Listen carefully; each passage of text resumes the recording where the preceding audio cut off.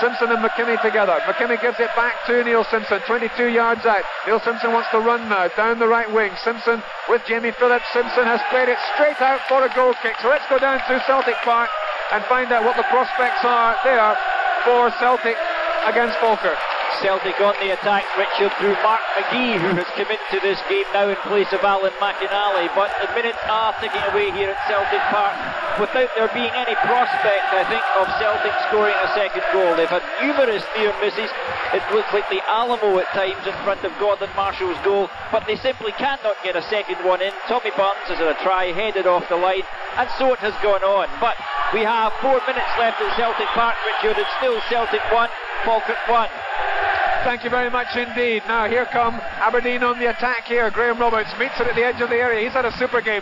Plays a long ball forward to Colin West. West heads it down to Phillips.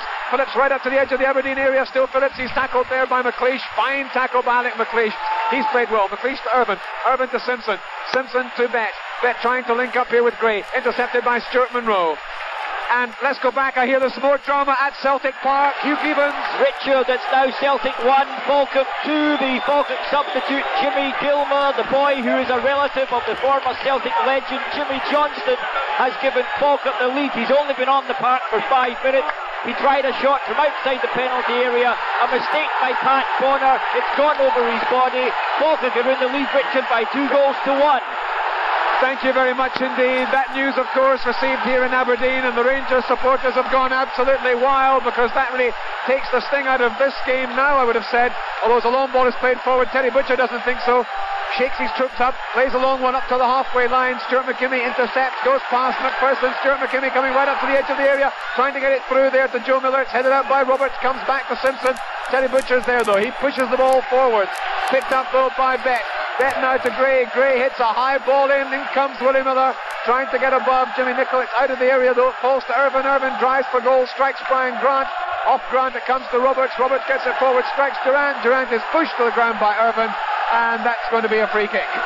Well, what can you say about a situation like this, Richard? It's very difficult. I think if I were involved in the Rangers camp, and I know Walter Smith will be doing this, and probably Graeme Souness, whether he was sent off after 31 minutes, had time to think about it. The Rangers players now know that Celtic are behind at Parkhead.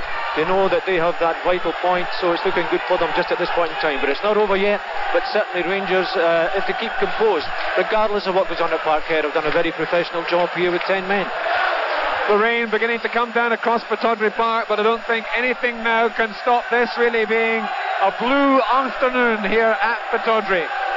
Terry Butcher has the ball, he sends it high up into the air, and that one's going to join us up here at the back of the main stand. So it looks like Rangers are going to be celebrating in a few short moments. The scarves, the banners are up everywhere. Cheers. They've all, of course, received that news from Celtic Park. They've done their job here, and it looks as if that championship is coming for the first time in 9 years. Yeah, I think it's looking that way. Aberdeen, of course, are desperate for something out of this game. They might get 1 point, and they're not really interested in the championship or a European place next year. They've certainly given Rangers something to think about this afternoon. They've been a very good side, very positive, and wasted a bit of ball. John Hewitt there for them. But certainly it looks good for Rangers, Richard, and if they do win this championship today, then Celtic have only got themselves to blame at Parkhead, and quite honestly, I think Rangers deserve it. Here comes Ian Durant in the midfield, where he's been working hard all afternoon, and the socks are down around the ankles now as he plays a long one forward. Jim Leighton comes out of his goal to pick this one up at the edge of his area. The crowd, in fact, now beginning to chant for Rangers manager, who was sent off after 30 minutes of this match. Graeme Souness. Ball played now forward for Grant of Aberdeen. Brian Grant, the substitute, knocks it down for Neil Simpson. Neil Simpson to Stuart McKimmie. McKimmie, a long ball forward looking for Joe Miller. Miller down towards the byline, hits it into the middle, and that is given as a corner kick, although Terry Butcher doesn't agree. Well, the linesman gave the corner kick, and the referee gave a goal kick, and he's now arguing with Jim Bett, who's already been booked. And if Jim Bett has argued to that extent, he could well find that he's been shown a red card by the referee.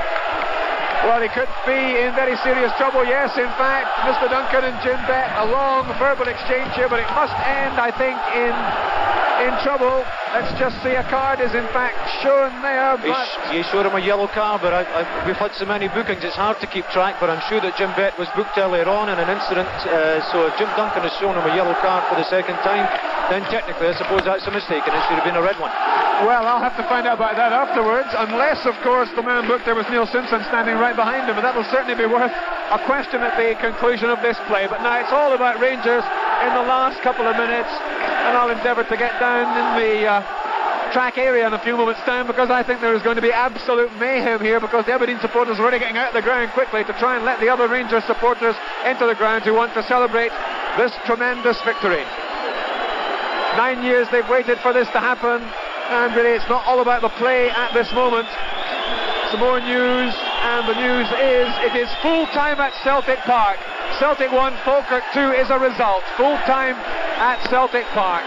So that is a result, and we just await now full time here, and it must be, I would say, inside the next 30 seconds that we will have full time.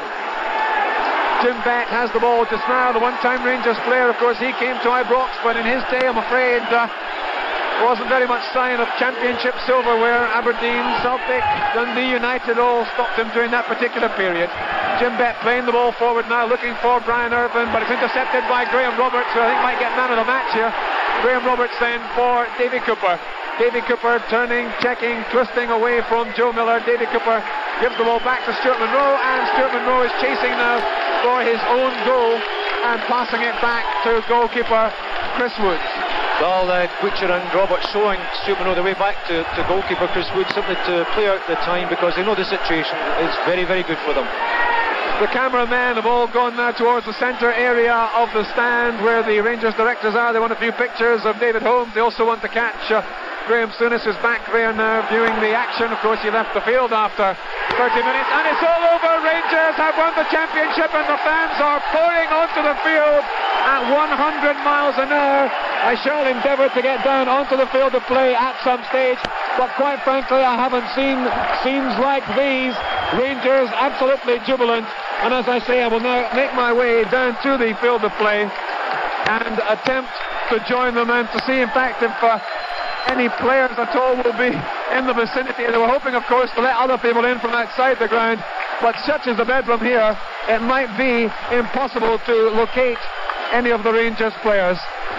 Right, are we all set then to make the move down from the back of the stand onto the field of play, and to give you an idea of what it is like on that field of play.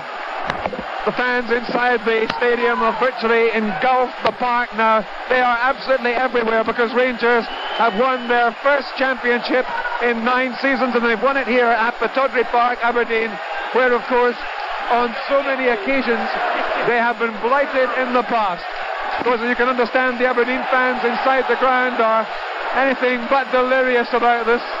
Not very pleased that Rangers should come and lift the championship on their own ground. However, that is the situation, and the goalposts have been snapped now up at the Aberdeen beach end of the park. Here we've got scenes of total mayhem. I haven't managed to make it anywhere near the front. Yes, the goalposts have been absolutely snapped, and quite frankly, this scene is somewhat reminiscent of Wembley 1977. I think that was the last time that I could say I've seen anything quite like this. Fans on the field of play. In fact, I'm not really in a situation where I can criticise anybody, because I'm trying to make it down onto the field of play myself, trying to negotiate my way through 1 million fans here celebrating. 9 years is a long, long time to wait, but of course the investment was made, and the investment has paid off for David Holmes, and the Rangers supporters seem pretty happy. What's your name, sir? David Jamieson. Where are you from? East Kilbride. How do you feel? Tremendous. Waited a long time? No, not too bad. But 9 years. A bit of celebrating. Half my life. Half your life. The man flying through his teeth, I tell you. But still, they're not really worrying too much about that, because they're all absolutely delighted.